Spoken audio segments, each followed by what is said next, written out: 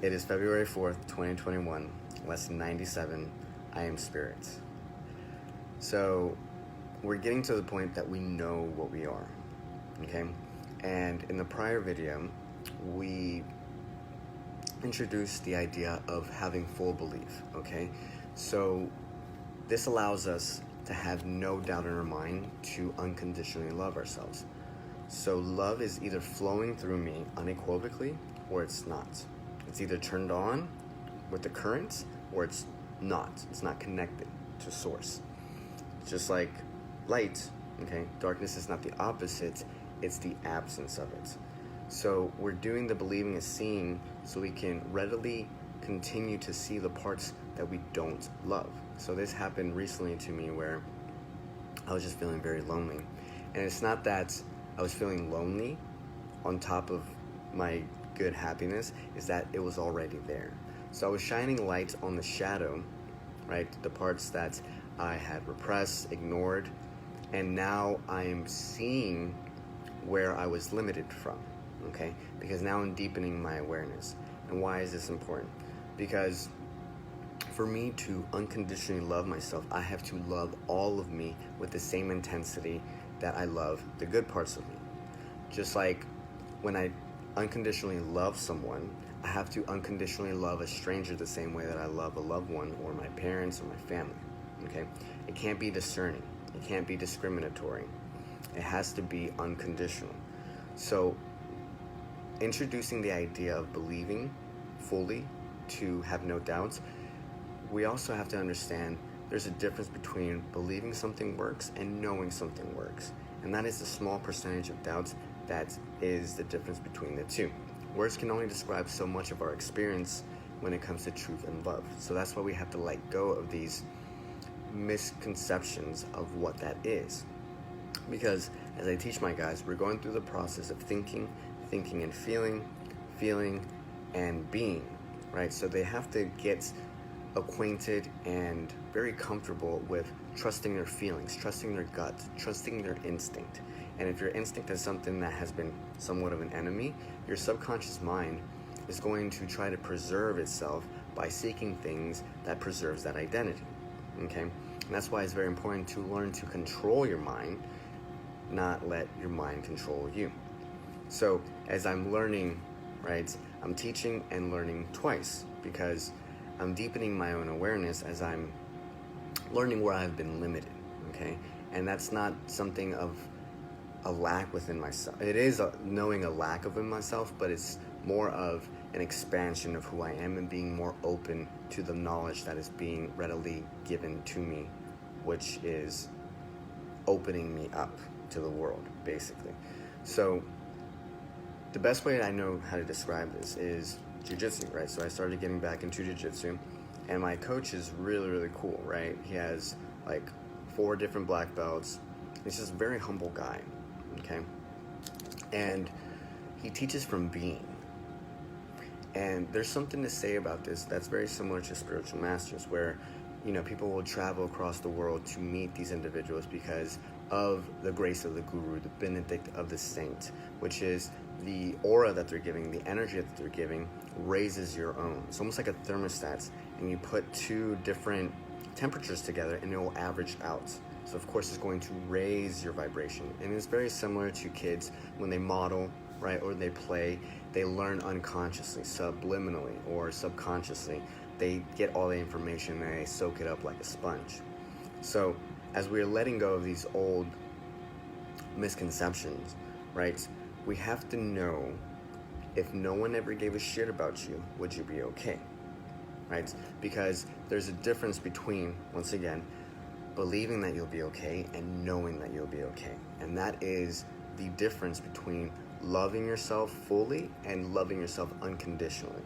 Because just like, you know, that jumping off a building, you would most likely die, there's no doubt in your mind that you wouldn't test that out, right?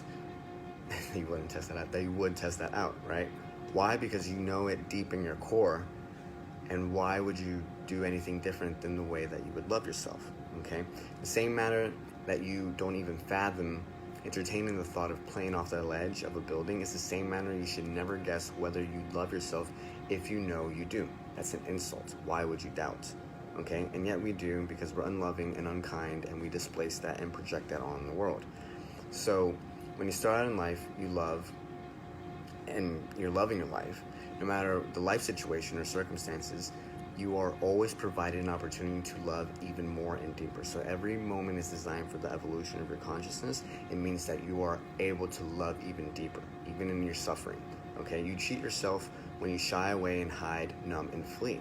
Okay? Your being is being tested, and it shows your true potential. So we're constantly vying for control of ourselves and our natural instinct.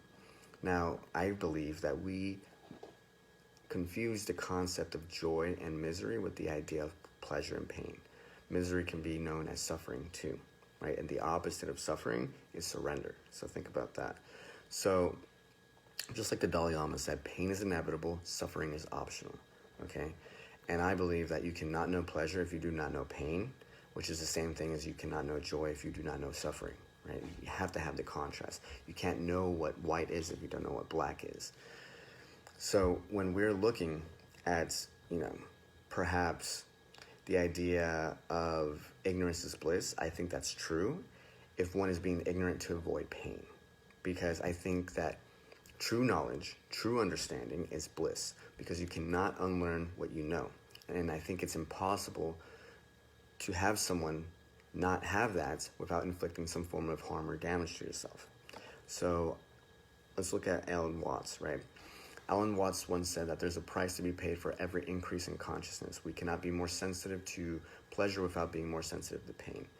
And from my own experiences, I think that's very true, because we do not know what loving unconditionally is when we don't love in the most painful moments, right? That's what true love actually is.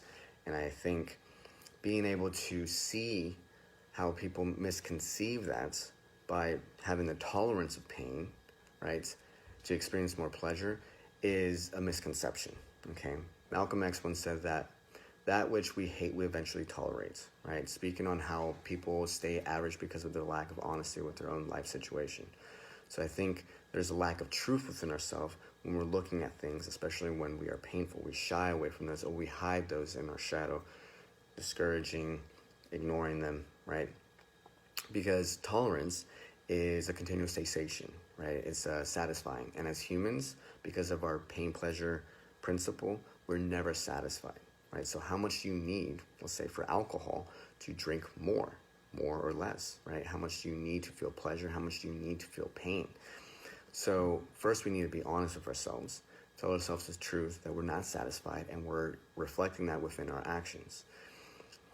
Alan Watts actually died young because, 58, but relatively young, because of his alcoholism. So we ask ourselves, someone that wise, falling short of his own philosophy, how does that look for us, okay?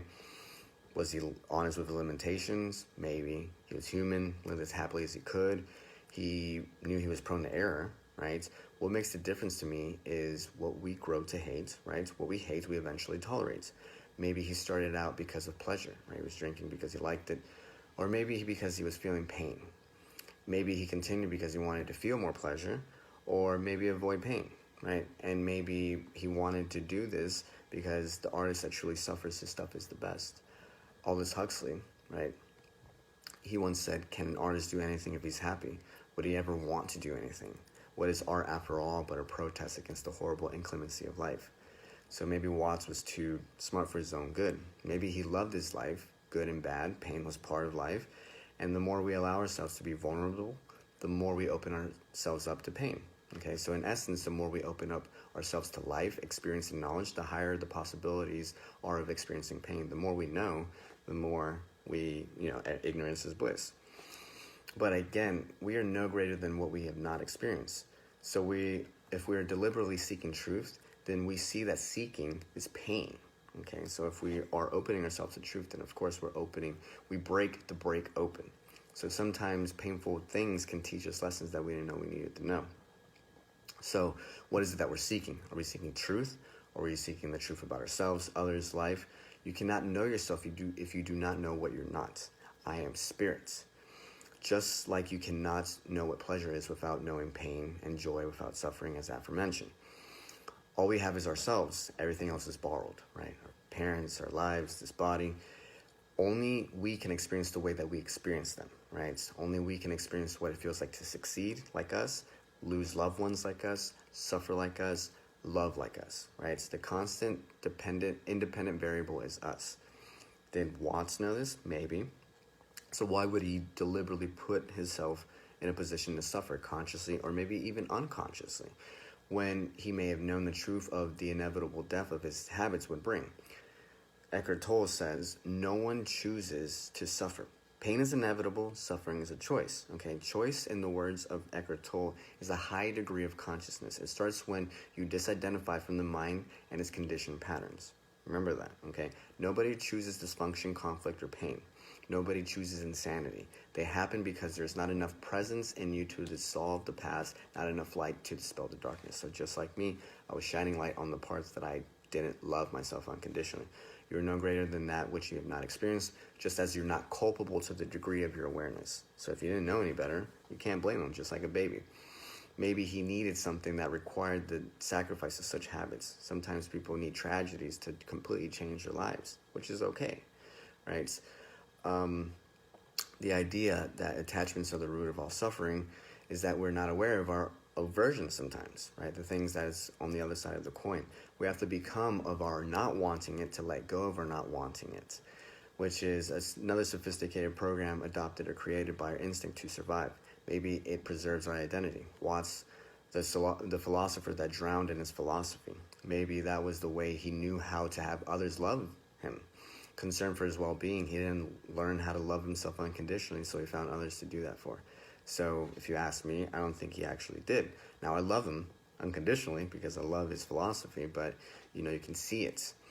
Because if he knew, just like jumping off a building, that feeding himself unloving, uncaring food for thought made him doubt if he loved himself, like truly love, the experience of true joy and bliss and essence, what we are, he wouldn't. Because you can find joy, peace in our suffering, pleasure, and pain. Okay, not because you're seeking it outside of yourself, because you know that's readily accessible within you in those moments.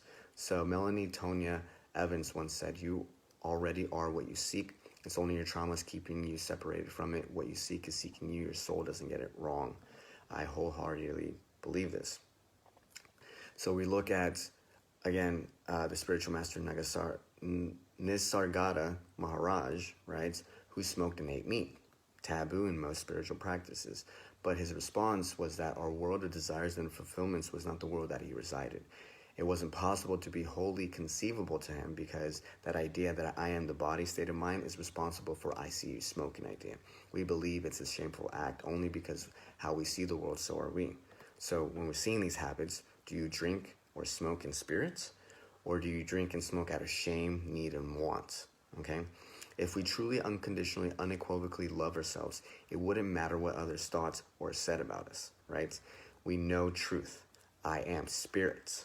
Okay? These body habits will continue until the body dies, but I will continue on because I am spirit. I know I am spirit, not because I just believe it. I know it's within my bones, within my core essence of who I am. It wouldn't matter if no one ever gave a shit about us, okay? Maharaj stated he makes no claims of consistency. If you think it is possible, absolutely, then prove it by example. Just like my jiu-jitsu coach. He teaches by being. He practices what he preaches. In my eyes, mind and soul, I believe it returns back to being. What we do, how we do, why we do, for whom we do things. It is what we are. We are that. Love and that which we love unconditionally, unequivocally. Anything blocking that is desperately depriving ourselves from that beautiful experience, and we cannot do that if we don't love who we are and what we are unconditionally and unequivocally. So that's what it comes down to when you know what you are, okay? And you have full belief, because that's where it's coming from. That's the feeling of full belief, and you don't even have to think about it anymore because you already know it. Love you guys. Hope everything's well. God bless. Peace.